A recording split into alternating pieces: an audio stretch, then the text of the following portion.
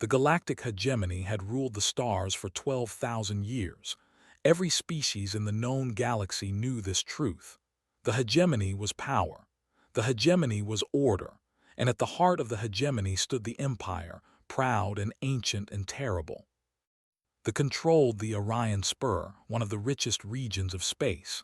Their warships patrolled every trade route. Their soldiers occupied every valuable planet. For centuries, no one had challenged them. No one had dared.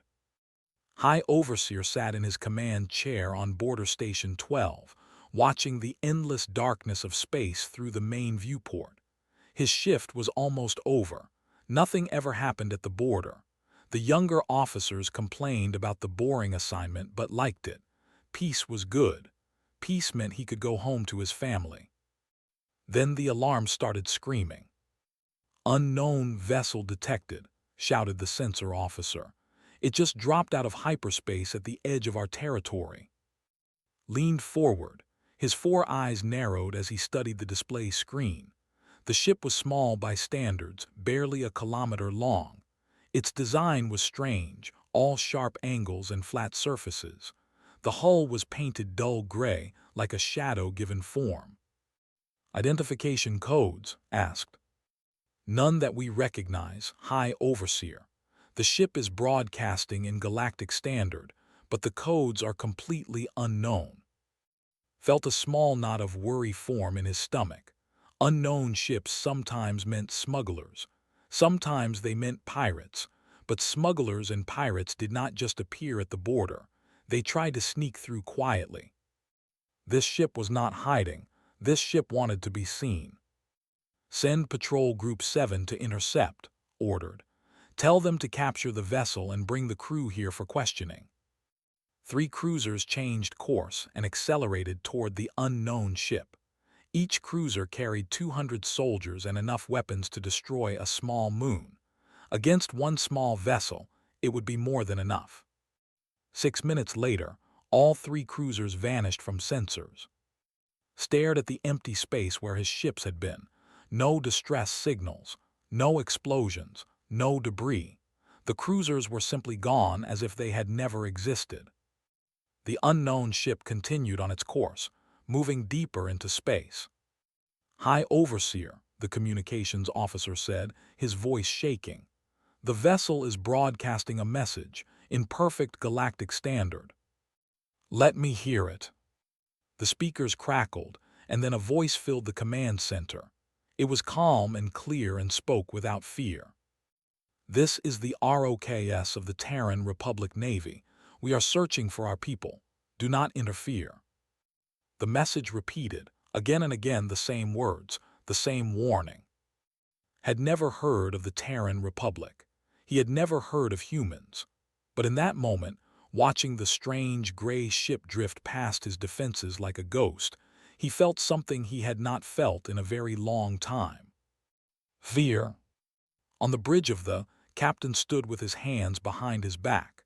He was a tall man with gray at his temples and lines around his eyes. He had served in the Terran Republic Navy for 30 years. He had fought in 3 wars. He had buried friends and led soldiers and made choices that kept him awake at night. But this mission was different. This mission was personal. 3 ships neutralized, reported Commander Park, his executive officer. She was younger than him, sharp and quick, with short black hair and steady hands. "No fatalities on their end. We used precision strikes as ordered. Their engines and weapons are disabled, but their life support is intact." Captain nodded. "Good. We did not come here to kill. We came here to find answers." The bridge crew worked quietly at their stations. Everyone knew why they were here. Everyone knew the story. 40 years ago, a human colony ship called the Morning Star had set out to explore unknown space. It carried 3,000 people, families and scientists and dreamers who wanted to find new worlds. The ship had vanished without a trace, somewhere in this region of space. For 40 years, no one knew what had happened to them. Then, 6 months ago, a Terran intelligence probe had intercepted an alien communication. The message was encrypted, but the probe managed to capture one fragment before it self-destructed. The fragment mentioned human specimens. When the Terran Republic government received that information, they sent the ship was one of their best, armed with the most advanced weapons humanity had ever created. Its mission was simple: find the colonists, bring them home, and if anyone tried to stop them, make them regret it. Captain walked to the main viewport and stared out at the alien stars. Somewhere out there, his grandmother might still be alive. She had been on the Morning Star, one of the original expedition planners. He had grown up listening to his mother's stories about her, about the brave woman who had wanted to touch the stars. "Captain," said Lieutenant, the intelligence officer. She was small and quiet, but her mind was razor sharp. "I am detecting increased communications traffic throughout the sector. It seems our arrival has caused some excitement." "Let them talk," Captain said. "Let them wonder, let them worry." Commander Park stepped closer to him. "Sir, they will send more ships, many more. We are deep in enemy territory with no support." "I know. The Council estimated at least 6 months before the main fleet can reach us." "I know that too." Park hesitated. "Then what is our plan?" Captain turned to face her. His eyes were calm, but there was iron beneath the surface. "We keep moving. We keep searching. We find our people, Commander. That is the only plan that matters." He returned to his command chair and sat down. The bridge crew watched him, waiting for orders. "Navigation, plot a course deeper into territory. Communications, continue broadcasting our message. Let them know who we are and what we want." He paused. "And tactical, keep our weapons ready. If they want to talk, we will talk, but if they want to fight—" He did not finish the sentence. He did not need to. They adjusted its course and accelerated. The ship moved through space like a knife through water, smooth and silent and deadly. Behind them, alarm signals spread from station to station. Warning messages flooded the communication networks. The Empire was waking up to a nightmare they had never imagined. A human warship had entered their territory. A species they had never heard of had just destroyed 3 of their cruisers without breaking a sweat. And that ship was heading deeper into their space, searching for something, refusing to stop. High Overseer sent his report to the Central Command. Within hours, every admiral and politician knew about Within days, the entire hegemony would know. The galaxy was about to learn a terrible truth. Humans did not forget. Humans did not forgive. And when someone took their people, humans came to get them back. No matter the cost, no matter the distance, no matter who stood in their way. Captain looked at the stars ahead and made a silent promise. He would find the Morning Star colonists. He would bring them home, or he would burn a path across the galaxy trying. The hunt had begun. The news spread through the hegemony like fire through dry grass. Within 3 days, every species in the galaxy had heard the story. A single alien warship had appeared from nowhere. It had disabled 3 cruisers in minutes, and now it was moving through space like it owned the place. The Hegemony Council met in emergency session on the great station called Unity Hall. Representatives from 100 species gathered in the massive chamber, their voices rising in confusion and fear. This had never happened before. In 12,000 years, no one had challenged power so directly. High Counselor of the Empire stood at the central platform. He was old even by standards. His scales faded to pale gray, but his voice still carried the authority of centuries. "This is an act of war," he declared, his 4 eyes burning with anger. "This Terran Republic does not exist in any of our records. They have attacked ships without warning or provocation. They must be destroyed." The chamber erupted in noise. Some species agreed with, others were not so sure. They had been the dominant power for so long that many had forgotten what it felt like to question them. Ambassador of the Collective raised one of his many limbs, asking for silence. There were strange creatures, all tentacles and eyes and soft bodies, but they were known for their intelligence and their vast archives of knowledge. "If I may speak," said, his voice soft but clear, "our records do contain some information about this species." The chamber fell silent, turned his burning gaze on the ambassador. "Explain," the High Counselor demanded. Activated a holographic display.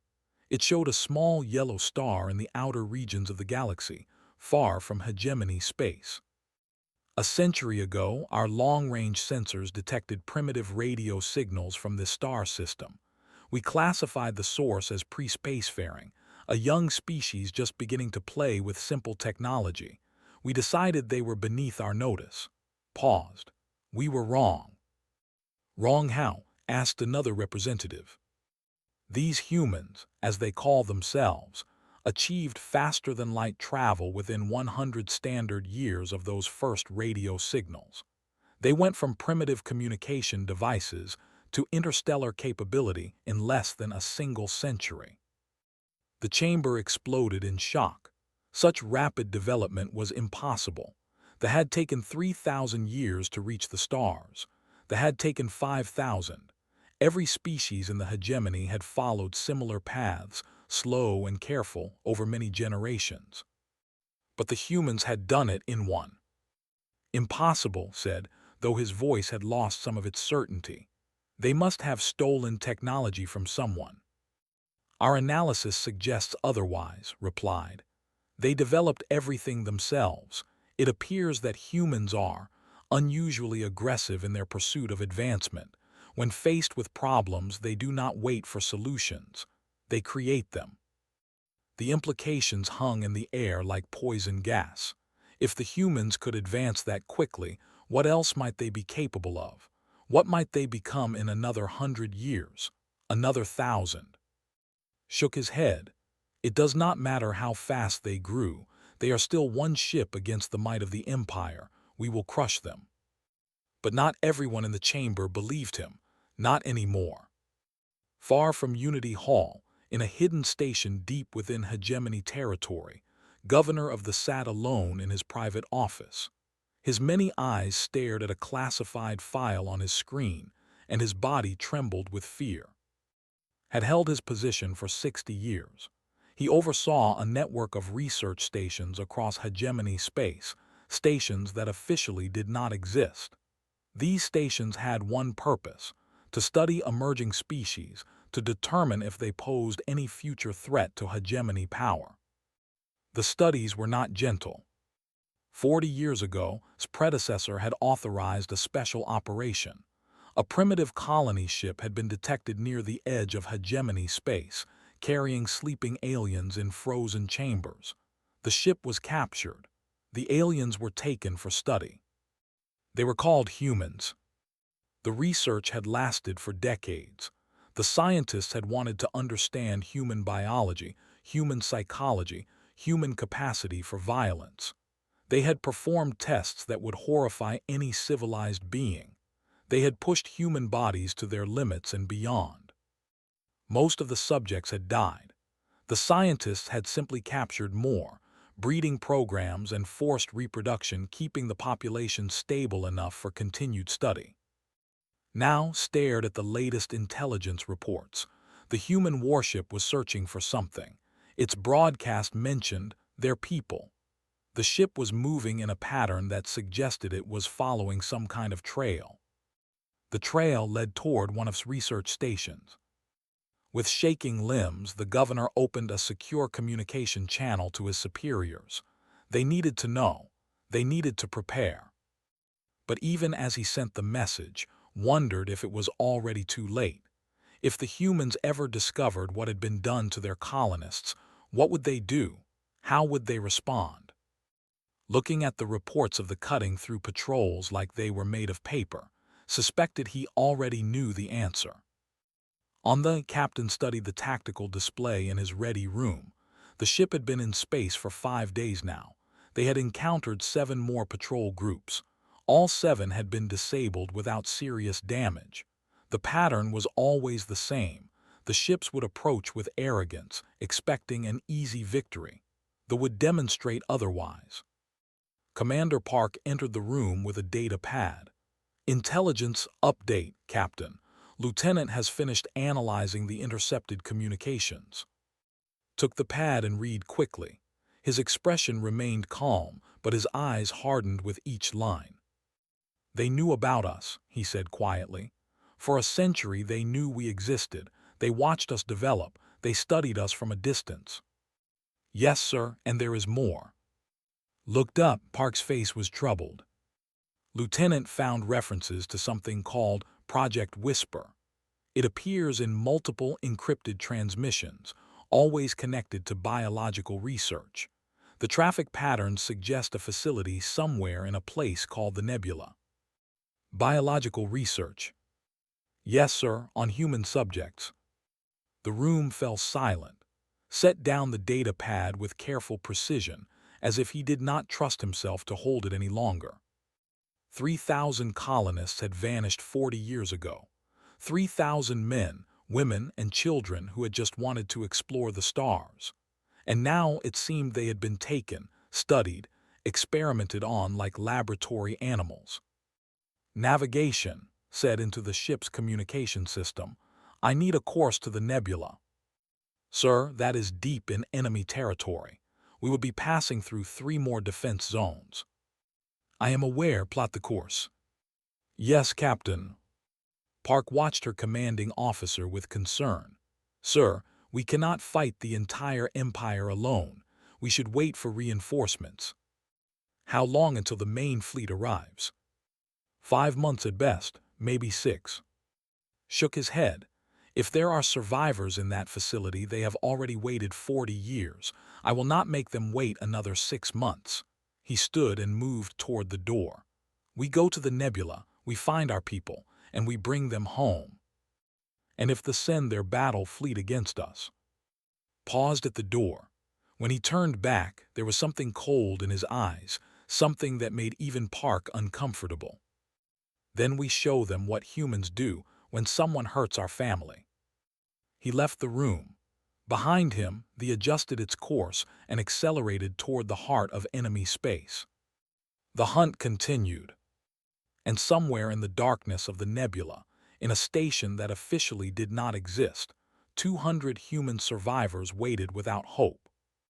They did not know that hope was coming. They did not know that a single ship had crossed the galaxy to find them. But they would learn. Soon everyone would learn.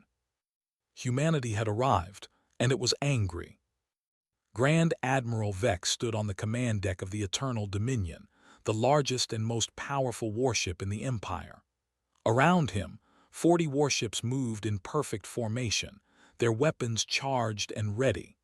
This was the pride of the military, the force that had crushed rebellions and conquered worlds for 1,000 years. Today, they would destroy one small ship. The human vessel has been located, reported his tactical officer. They are approaching the nebula as predicted. Vex smiled, showing rows of sharp teeth. Excellent. They have walked into our trap like fools. All ships prepare for intercept. The fleet surged forward, engines burning bright against the darkness of space. Vex felt nothing but confidence. 1 ship against 40. The mathematics were simple. The outcome was certain. Grand Admiral, the sensor officer called out suddenly. We are detecting something unusual about the human ship. What is it? Their power readings are increasing dramatically. I have never seen anything like it. Vex dismissed the concern with a wave of his clawed hand. It does not matter how much power they have. They cannot fight an entire fleet. All ships open fire when in range. The fleet closed the distance quickly. At maximum weapon range, 40 warships unleashed their fury. Thousands of plasma bolts and guided missiles streaked through space toward the lone gray ship. The moved. Captain sat in his command chair, his eyes fixed on the tactical display. Point defense systems engage. The ship came alive with defensive fire. Thousands of small turrets tracked incoming projectiles with computer precision, destroying them in mid-flight. The twisted and rolled, dodging the attacks it could not stop, its engines pushing it through maneuvers that should have been impossible for a ship its size. "Return fire," ordered calmly. "Disable their lead ships first." The solid metal projectiles accelerated to a significant fraction of light speed, crossing the distance to the fleet in heartbeats. The first volley struck 3 cruisers before they could react, punching through their armor and destroying their engine sections. "3 ships disabled," reported Lieutenant from the tactical station. "Fleet adjusting formation. Keep firing, target their weapon systems." The battle became a dance of destruction. The fleet surrounded the, pouring fire from every direction. The human ship spun and weaved through the storm, its shields absorbing what its point defense systems could not stop. And all the while they kept firing. On the Eternal Dominion, Grand Admiral Vex watched in growing horror. His fleet was losing. Not just losing, being taken apart piece by piece with surgical precision. The human ship was not fighting like a cornered animal. It was fighting like a predator playing with its food. "Concentrate fire," Vex screamed. "All ships target the human vessel with everything." But his orders made little difference. The human ship's electronic warfare systems filled the targeting computers with false signals and ghost images. Missiles veered off course. Plasma bolts struck empty space. Half the fleet was shooting at shadows. "Admiral," the tactical officer said, his voice hollow with shock. "We have lost 17 ships. Another 12 are reporting critical damage." "That is impossible. We outnumber them 40-1. "Sir, their technology. It is beyond anything in our records. Their weapons cut through our armor like it does not exist. Their defenses stop everything we throw at them. I do not know how to fight this." Vex stared at the display screen, watching another of his cruisers go dark as human rounds tore through its reactor. This could not be happening. The Empire had never lost a fleet action in recorded history.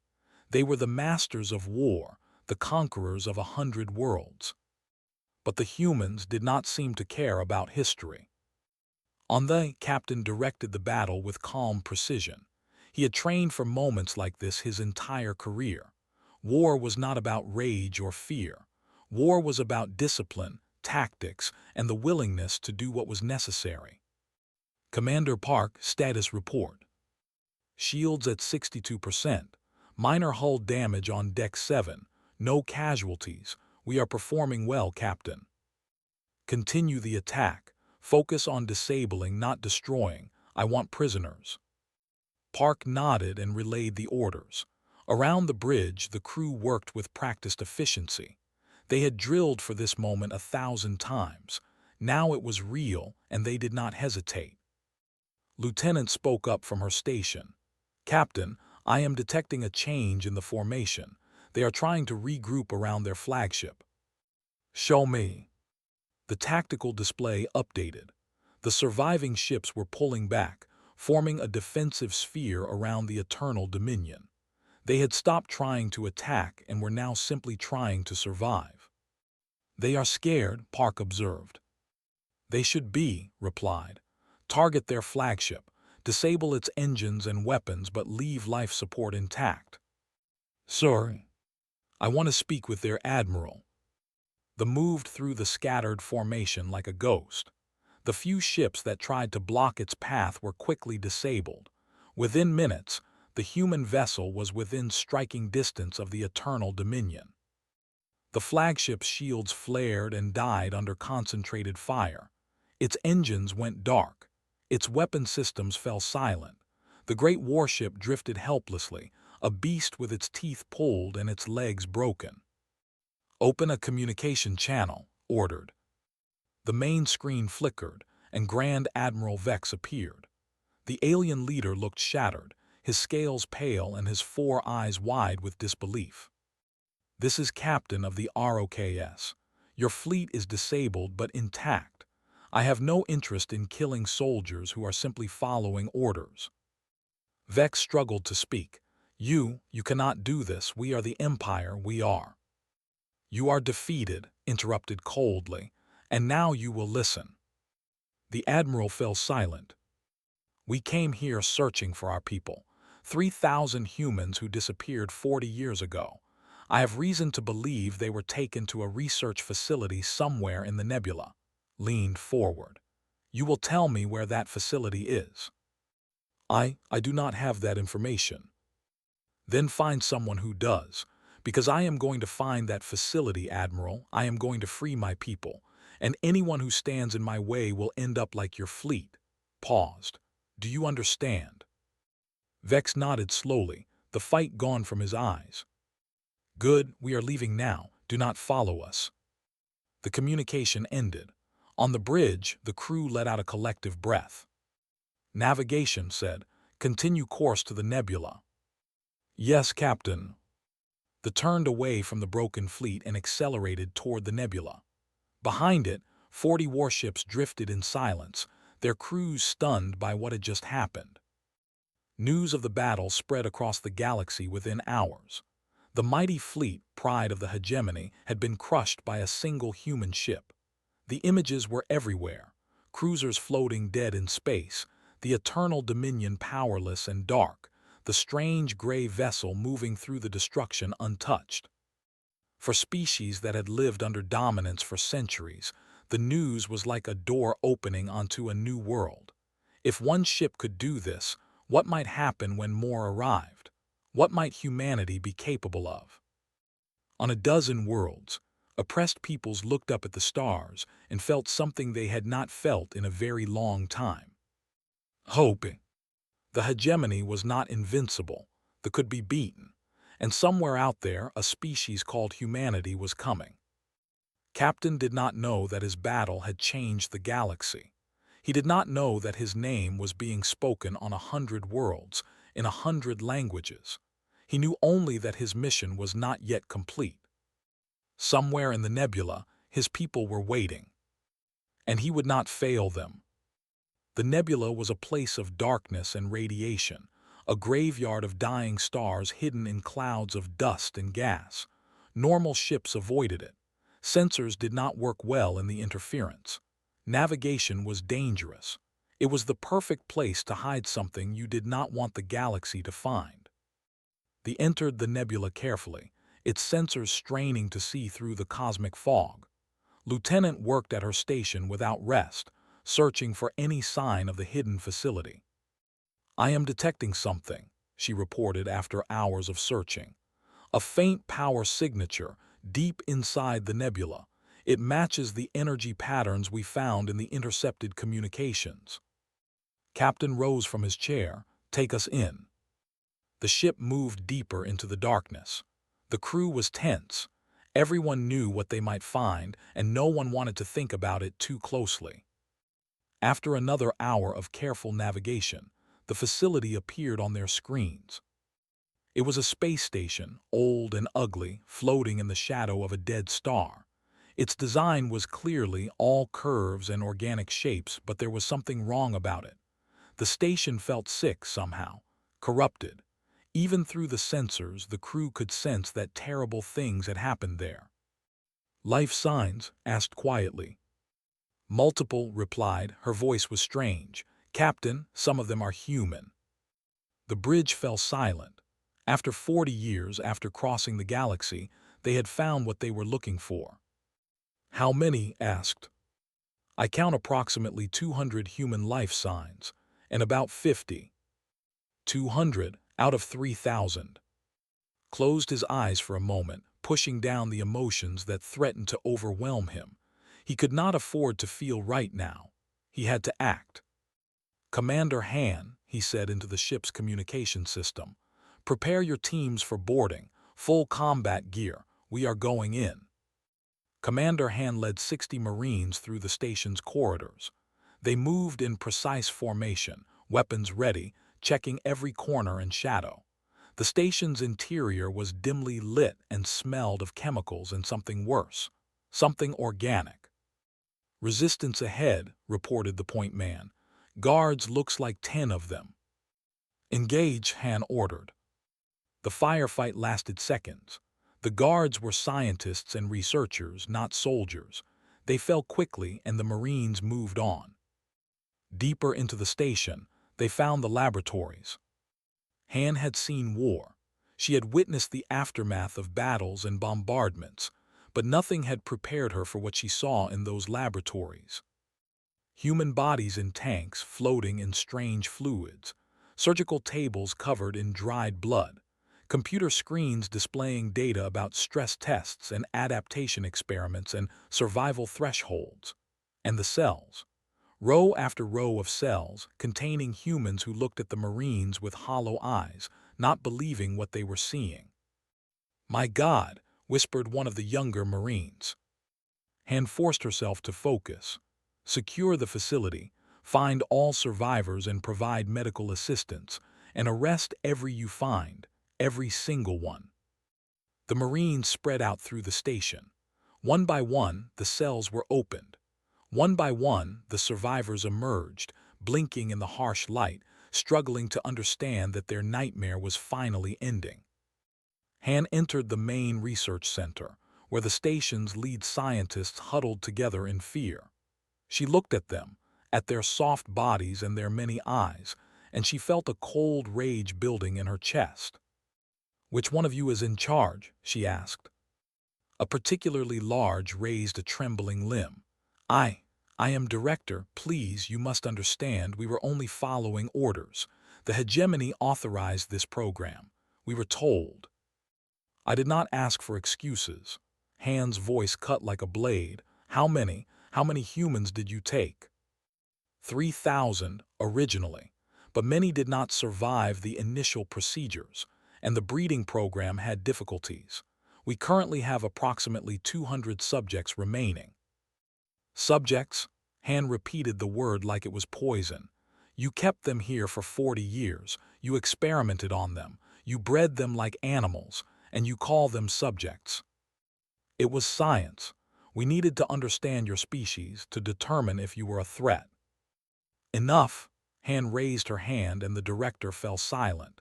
"You will be taken into custody. You will face justice for what you have done, and you will spend the rest of your life knowing that your subjects were people, families, children, people who had names and hopes and dreams until you stole all of it from them." She turned away from the scientists and spoke into her communicator. "Captain, we have secured the facility. We found survivors, 200 approximately. They are in bad shape, sir. Many will need extensive medical care." There was a long pause before his voice came back.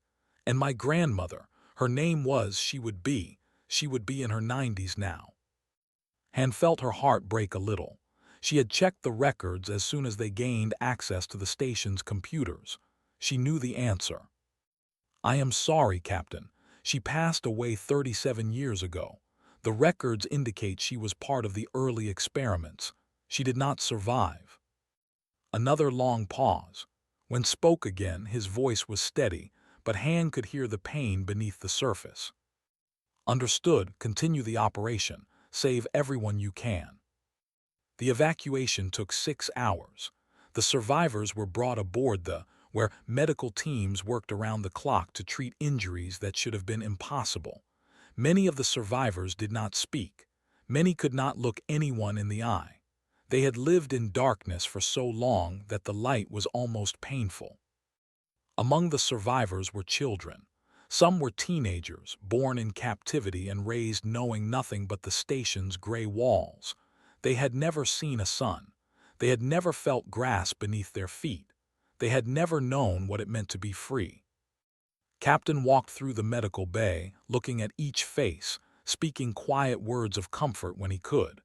These were his people, his responsibility now. They had suffered horrors beyond imagination, and he would make sure they never suffered again. An old woman reached out and grabbed his hand as he passed. Her eyes were clouded with age, but her grip was strong. "Are you really from Earth?" she asked. "From home?" "Yes," said gently. "I am. We came to find you. We came to take you back." Tears ran down the woman's wrinkled face. "I was born here, on the station.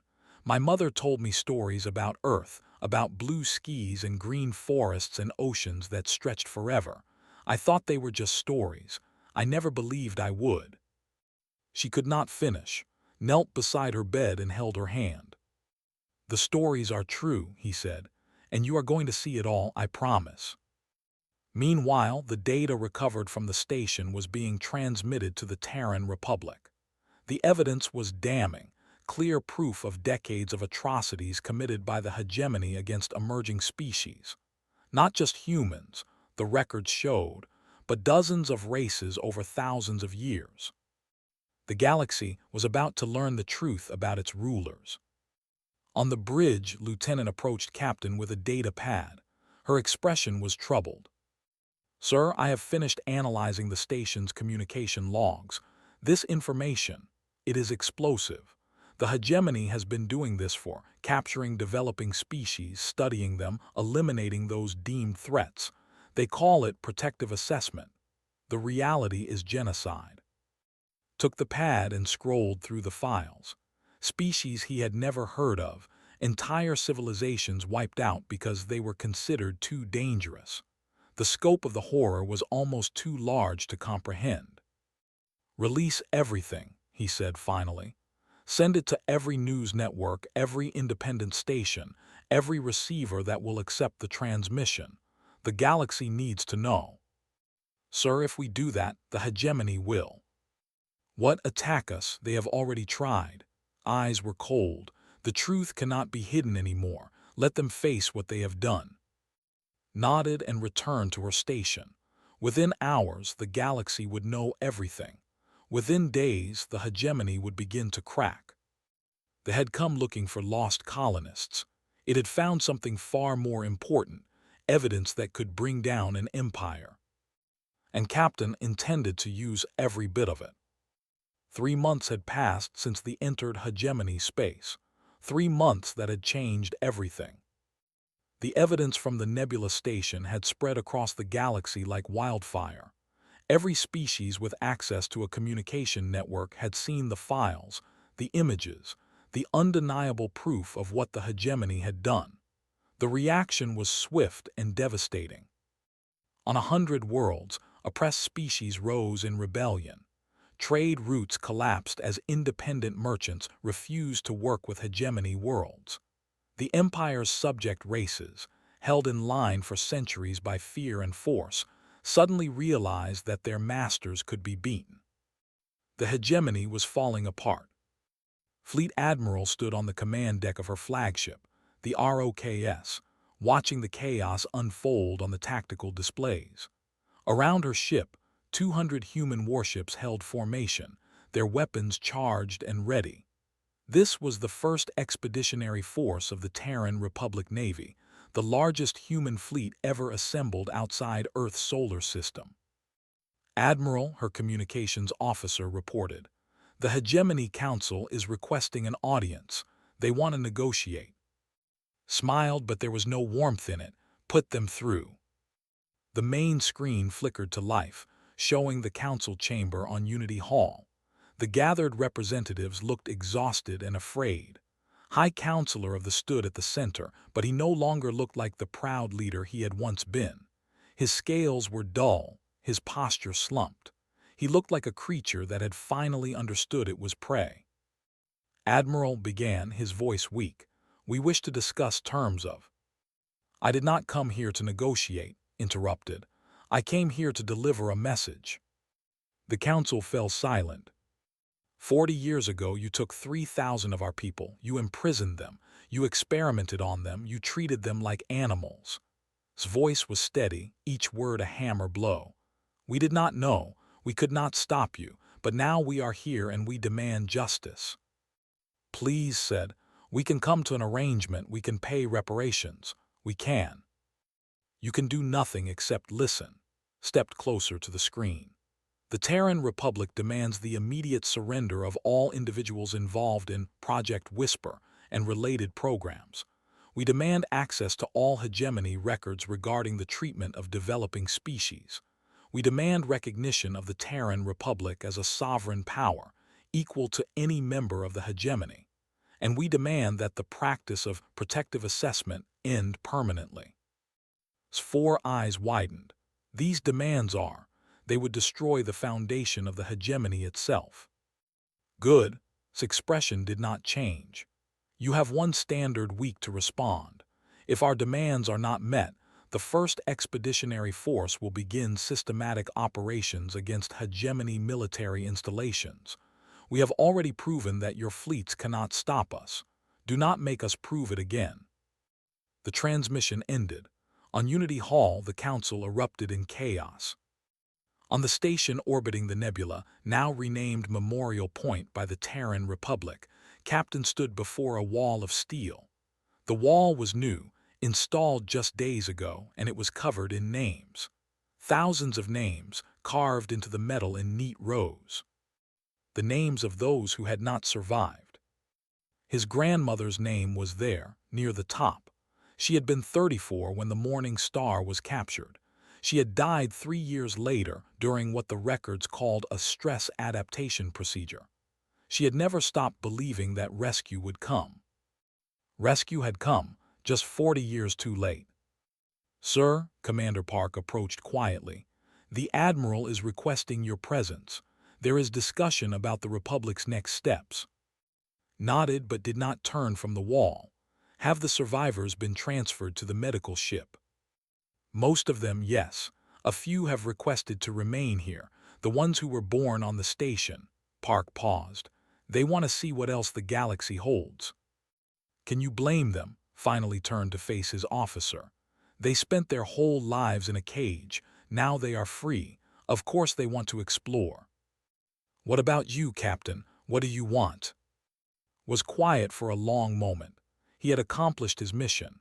He had found the colonists, freed the survivors, and exposed the truth about the hegemony. By any measure, he had succeeded. But it did not feel like victory. It felt like the beginning of something much larger. "I want to make sure this never happens again," he said finally. "Not to humans, not to anyone. That is a big goal. We are a big species." Allowed himself a small smile. "Come on, let us not keep the Admiral waiting." The meeting took place aboard in the flag conference room. Admiral sat at the head of the long table, surrounded by her senior staff. Captain took his place among them, still uncomfortable with being treated as a hero. "The Council has 48 hours remaining to respond to our demands," reported. "Intelligence suggests they are divided. The faction wants to fight. The faction wants to surrender. The other species are trying to figure out which side is more likely to win." "Do we have enough force to back up our threats?" asked one of the other captains. "No," admitted. 200 ships is significant, but the hegemony can field thousands. If they unite against us, we would eventually be overwhelmed." She smiled grimly.